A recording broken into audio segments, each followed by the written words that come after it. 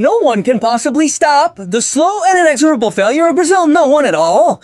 Carlo Ancelotti tried. Maybe he could. Maybe he could. Carlo Ancelotti won at Milan. He won at Bayern Munich, at Paris Saint-Germain. He won at Chelsea. He won at Real Madrid. That 10th win that had been missing for a lifetime, that had been missing. Perhaps Carlo Ancelotti was indeed the right name to try to prevent Brazil from falling into its own inexorable 4-year cycle of failure. And yet the answer is no. When on May 12, 2025, the CBF announced his hiring as the new coach of the Brazilian national team, the perception was that of the most successful choice possible, so much so that, first of all, he was offered a contract that would end at the end of the 26 World Cup, but as soon as qualification arrived, he immediately gave him full confidence and renewed until 2030, gave him full confidence and renewed until 2030. The problem was that then the 2026 World Cup arrived and Brazil were eliminated in the round of 16 by Erling Haaland's Norway.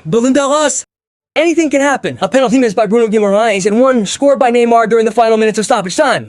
Norway advances, goes to the quarterfinals, meets England, and Brazil returns home with the odds between their legs for the umpteenth time. But the real problem is that this is not a surprise. If this were one of those matches where a big team occasionally happens to fall to a smaller one, I would just say to you, oh well, that is simply how it went. But the truth is that even though we were already well into the new millennium, time flies for everyone. Brazil hasn't won the last World Cup since 2002. 24 years have passed, which is a long time for a national team that has accustomed us to winning more or less at the same rate as Real Madrid, but on a global level. In 6 editions of the World Cup, Brazil has suffered 6 disappointments. There have been 6 national trials, some bigger, some less big, and 6 times they have presented us with a different version of a problem, but always the same. Problem, but always the same. In 2006, for example, they had one of the most fascinating national teams ever, but they were knocked out by France. In 2010, they showed up with Dunga and his solidity, but they were knocked out by the Netherlands. In 2014, they were even playing at home. It was the perfect opportunity, but they lost 7-1 to Germany. In 2018, Brazil had revolutionized themselves. They had a modern, organized team full of talent, but they were knocked out by Belgium. In 2022, they had one of the strongest squads in the entire World Cup roster, but they were knocked out by Croatia. This time, they even had Carlo Ancelotti, the most successful coach in history, but they were knocked out by Norway. Brazil continues to produce very strong players. They have wonderful forwards. They are always talked about as one of the favorites of the tournament, but when the right moment comes, it is as if they hit a wall. You run into that organized European team that perhaps puts on a rather dirty game. Brazil manages to detail poorly, loses their control of the midfield, and eventually ends up losing the match. But to understand the fate of Brazil, in my opinion, we must first analyze the match between Brazil and Norway. If we look at the squad that Brazil presented, Vinícius Rodrygo, Endrick, Martinelli, Matheus Cunha, Bruno Guimaraes, Casemiro, Marquinhos, Alisson, Neymar. On the other side, there is a Norway that has improved a lot, that has some strong players like Odegaard, Haaland, Solotosa, but has made work its greatest strength. It is a serious, physical, vertical team, but still an outsider on paper. And Brazil has every chance of going through, so much so that the game immediately goes in their direction.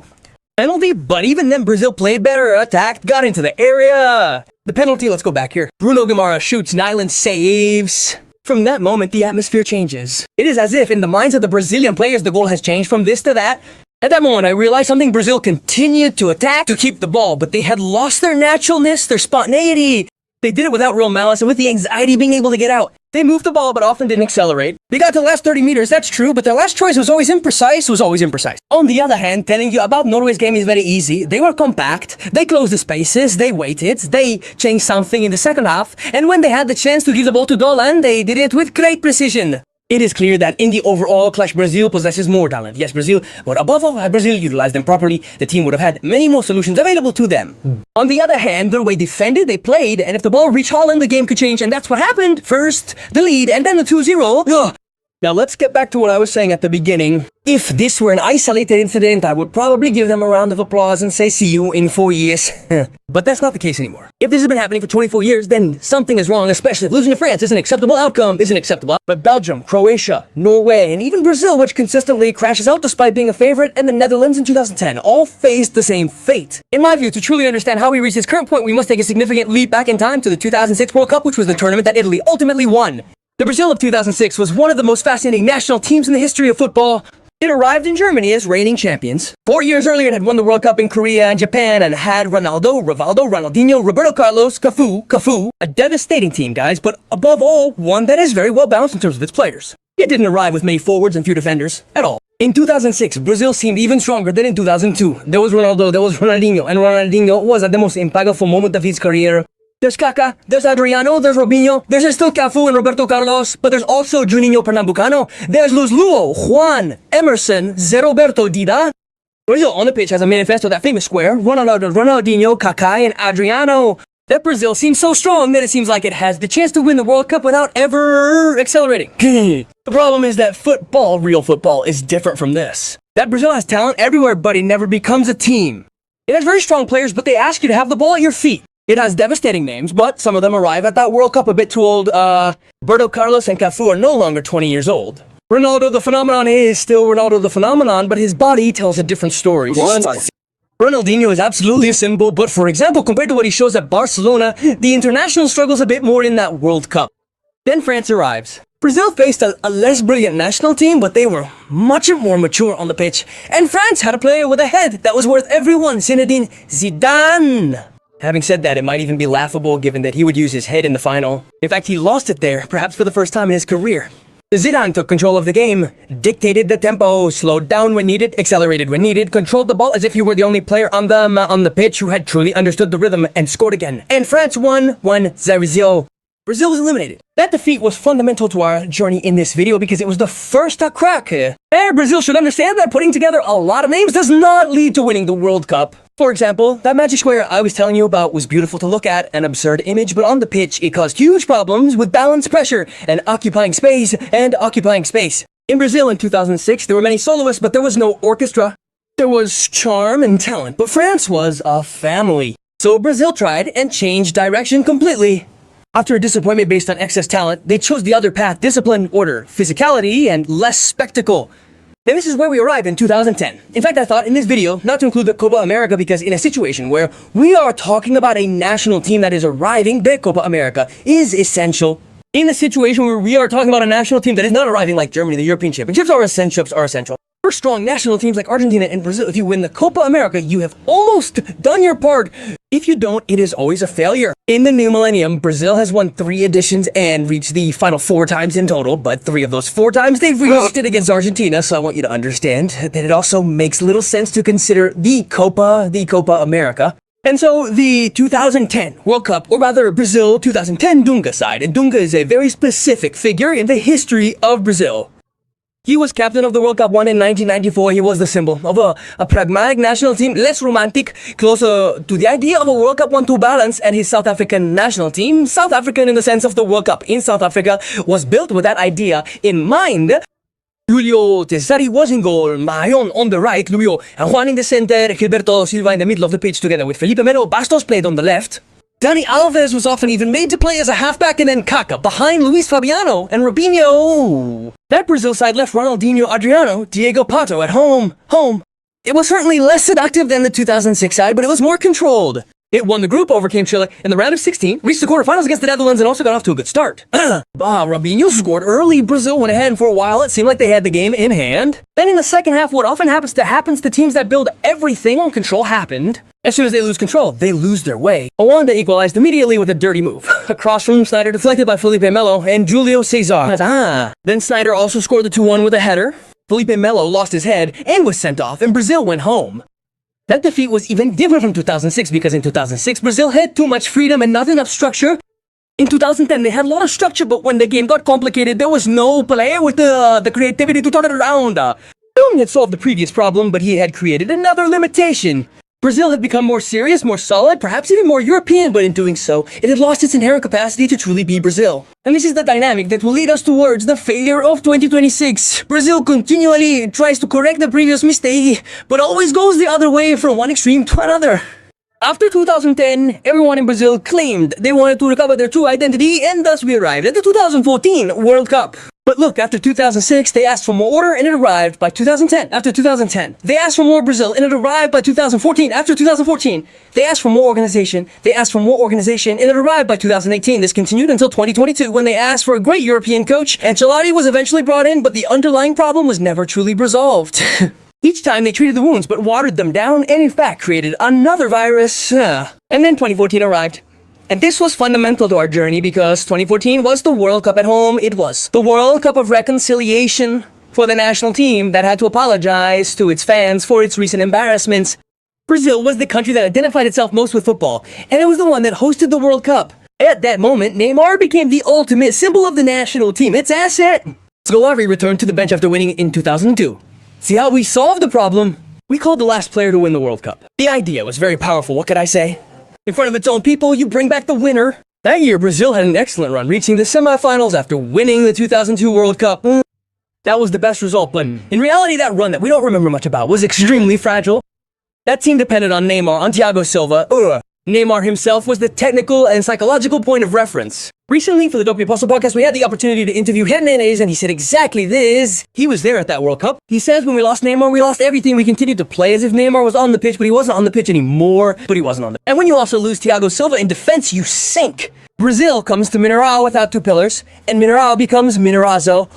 It is the most traumatic match in the history of Brazil. It ends 1-7 for Germany. The Germans score 5 goals in the first half hour. Brazil melts like snow in the sun in front of their own fans. Müller, Klose, Kroos, Khedira, Schürrle, every German attack feels like a stab, and every ball from Germany creates a chasm in Brazil. That match has often been described as a humiliation, a sporting tragedy, a national trauma. But in this video, we are not interested in that defeat. Perhaps we will create content in which we will analyze the worst defeats. We are interested in the technical significance. Brazil in 2014 was built on energy, pressure, and intensity, but against Germany, as soon as the pressure is released, they are left without protection. The midfield is easily broken through. The defensive line loses everything. With the absence of Thiago Silva and the absence of Neymar takes away the only player capable of creating something. The 7-1 does not simply show a humiliated Brazil, but Brazil at that moment shows that it is no longer special.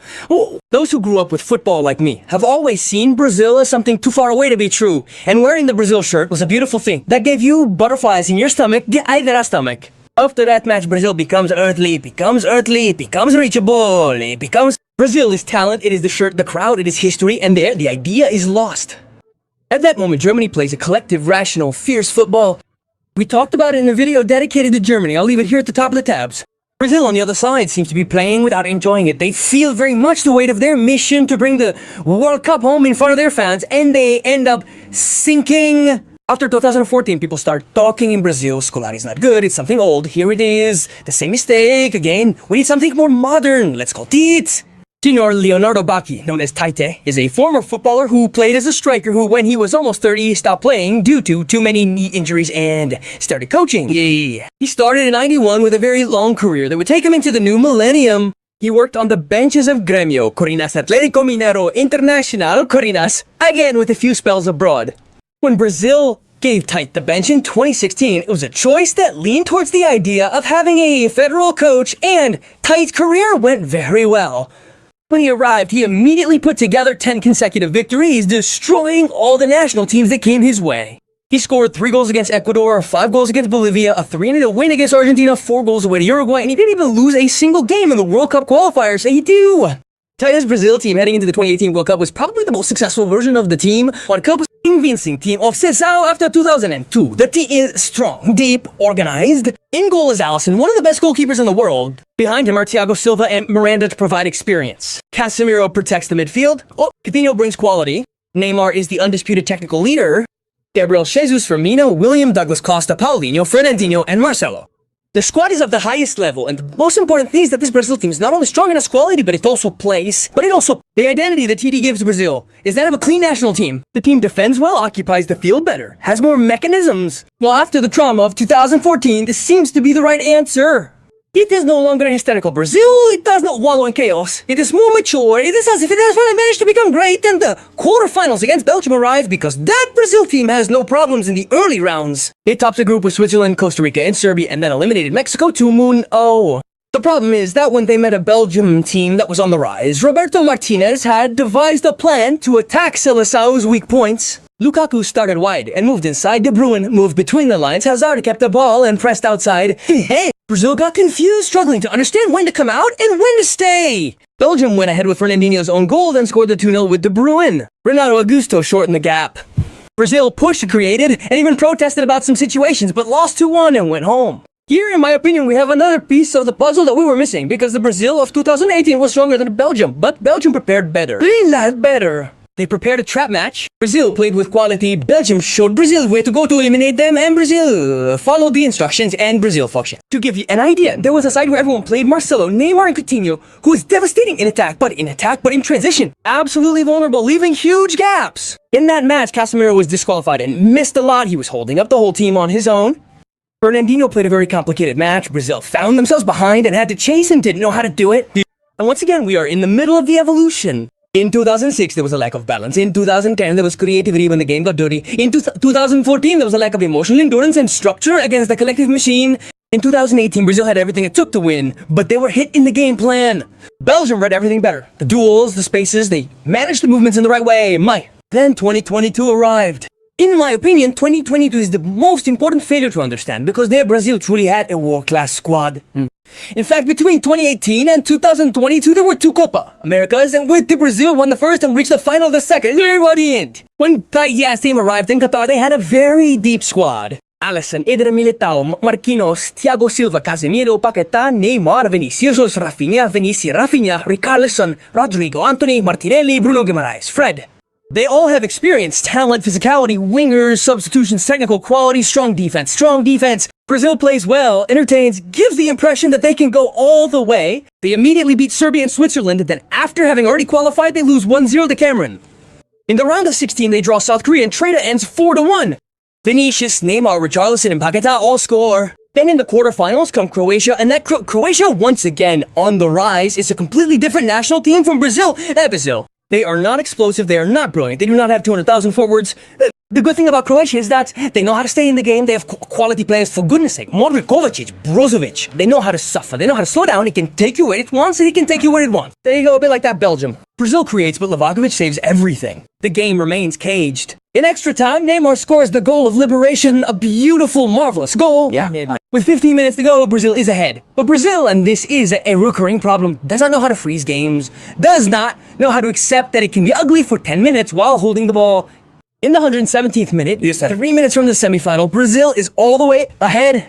Croatia transition, Petkovic shoots, ball deflected, goal 1-1. Go ahead. In the penalty shootout, the pressure is now sky high. Marquinhos and Rodrygo miss. Neymar, who was the fifth penalty taker, does not even shoot, does not reach it. Brazil is out for the umpteenth time, and this is the detail that weighs as much as a sentence. In 2022, Brazil scored the goal that sent them through in extra time against a squad which was a true master in the capacity to resist and hold firm. And yet, at 3, Croatia scored a goal minutes from the end. The problem here is surgical. Brazil doesn't know how to manage moments. They may have talent, they may have ball control, they may have offensive changes. Neymar, Vinícius, Rodrygo, but Brazil doesn't know how to manage games.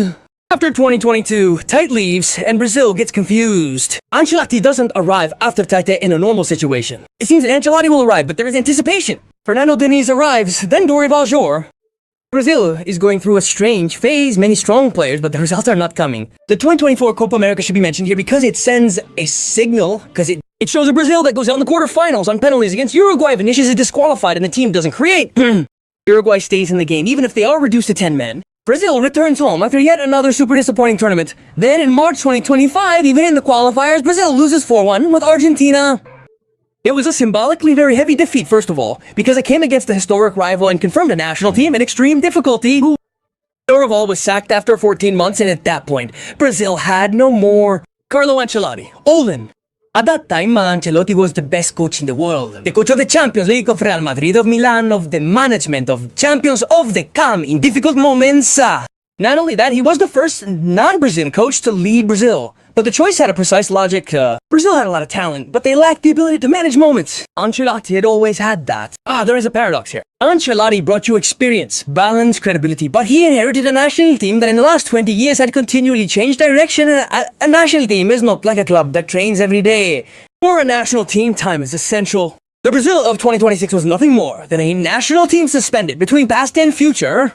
On one side, there was Neymar, the symbol of 15 years of Seleção, is still capable of stealing the show simply by calling him up. On the other hand, there are Vinícius and Rodrygo, Martinelli, the present, Endrick, the future, as well as Ryan Ain. It's a new generation, fast European, used to playing at the highest levels, but the biggest problem is perhaps the midfield. Brazil continues to produce very strong wingers and forwards dribbling speed, one-on-one forwards who thrive in the last 30 meters. Vinícius, for example, is one of the best forwards in the world. When it comes to playing wide and aiming, he's phenomenal. Rodrygo is technical, intelligent, used to important games. Endrick represents the future. Martinelli brings energy. Raffinati brings depth. The problem is understanding who controls the game when Brazil need to breathe, who gets the ball under pressure and decides the rhythm, who lowers the heart rate when the game gets tense, who manages the lead in the 117th minute in a way that wasn't done against Croatia in a way. Casemiro, for example, was great for years, but he's a defensive midfielder, a dual midfielder, a defender. In my opinion, Bruno Guimaraes is one of the best midfielders in the world, but unfortunately his World Cup will be remembered for the missed penalty against Norway. Paquetá has a lot of quality, but he is very inconsistent. Many players in Brazil snatch games, but they are not able to control them. If we look at the national teams that have triumphed in recent years, consider Spain in 2010. Spain had absolute control over every single match. They knew exactly what needed to be done and how to execute it. France in 2018 is the same. Argentina in 2022 is identical. Germany in 2014. In my opinion, this leads to another big problem, the emotional dependence on the big name attacker. For years, Brazil was linked to Neymar. In 2014, when Neymar got injured, the national team lost 7-1 to Germany. In 2018, he returned from injury and took on a huge amount of pressure. In 2022, he scored a beautiful goal against Croatia, but Brazil went out and he never took his 5th penalty. In 2026, he came on and scored in stoppage time against Norway, but it was too late. He cried, but it was too late, he cried. There, the image of an era that was probably ending died. Neymar was one of the greatest players in the history of football, but in the last hours often turned his talent into an addiction. Look up and into an addiction. If Neymar's there, you have to figure out how to serve him, not ask him to save games on his own. So today in 2026, despite everything and despite the arrival of Carlo Ancelotti, Brazil seems to continue to have the same problem. The team still seems to be incomplete. Vinícius is a world-class player, but he doesn't play for Brazil the way he plays for Real Madrid. And when he does, Brazil asks him to be Neymar. Rodrygo is not a leader, but he is a connecting player. Endrick is a pure talent, but he still has work to do. Then there is the issue of coaches. Since 2002, Brazil's taken on Endrick, Pereira, Dunga, Mano Menezes, Scolari, Dumeragenti, Tite, Diniti, Dorival Ancelotti. There are 9 changes that always represent a different direction. Pereira manages the champions. Tunga brings pragmatism. Scolari brings energy and identity. He brings modern organization. Then an idea that is a bit more associative and positional. Dorival tries to reunite. Ancelotti, the European experience. The problem is that Brazil, rather than building a continuous line, seems to react to the previous failure by breaking up its history. But after a defeat, it looks for the best manager if things go badly. It looks for quality players, But my question is, what kind of national team does Brazil want to be? If in recent years it has always failed, it is because it wanted to lose its identity. Do you want to be dominant with the ball? Does it call upon some midfielders who are capable of controlling the rhythm and occupy the spaces on the pitch with great continuity? Do you want it to be vertical? Do you want to be devastating? Then you need a defensive structure that supports your transitions. If you want to focus everything on free talent, then you need cover roles, clear, and an offensive hierarchy. Here, Brazil and Norway is the perfect snapshot of the last 25 years of Brazil, 24 to be exact. Many decisive games left untouched for too long. In 2010, you went ahead against Haaland, but they came back. In 2018, you went behind against Belgium in a badly prepared match. In 2022, you went ahead against Croatia and conceded a goal 3 minutes from the end of extra time. What? In 2026, you had a penalty against Norway, but you squandered it. So the question I ask Brazil is, what structure do they need to make the talent that Brazil already has perform? Brazil has Vinícius, Rodrygo, Endrick, Martinelli, Rafinha, Savinho, Bruno Guimaraes, Gabriel, Marquinhos, Alisson, Giderson. They don't have a problem of technical poverty like we are going through, but they have a problem of functionality. The absurd thing is that every failure of Brazil is told as the end of the world, and then Brazil is always there. They always have more quality than the previous World Cup. After 2006, other champions arrived. After 2014, other champions. After 2018, another generation. And probably after this 2026, other champions, other strikers, other phenomena, other projects will arrive. The problem is the package. Look at recent history. The Argentina that won the World Cup was not just Messi, it was DePaul, Enzo, Fernandez, McAllister, Julian Alvarez, Di Maria, Dibu Martinez, Otamendi, a fierce, emotional, compact team ready to defend every ball. The 2018 France side had Mbappe and Griezmann plus Kanté, Pogba, Varane, Umtiti, Giroud, and possessed a very clear tactical balance. Germany in 2014 had a lot of quality, but above all, it was a collective machine. Brazil, on the other hand, continues to have cover players, but it struggles to build a machine around them. Brazil clearly remains Brazil. The shirt ways, the history ways, the talent ways. No one in the world has that kind of imagery.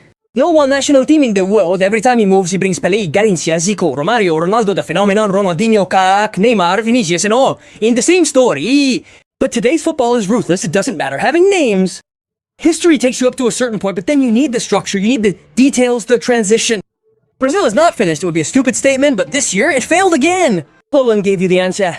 Neymar gave you a really sad image, but Brazil will come back. Because he produces football, like few other countries in this world, But that's precisely why this elimination weighs so much. Because when you have all that talent, going out is not a bad day. Brazil-Norway 1-2 is a defeat, it's a failure. But it's also yet another diagnosis of this Brazil.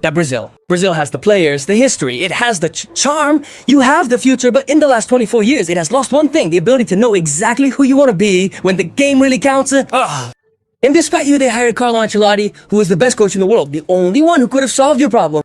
The truth is that at this moment in history, no one can save Brazil from an inexorable failure. Mazur.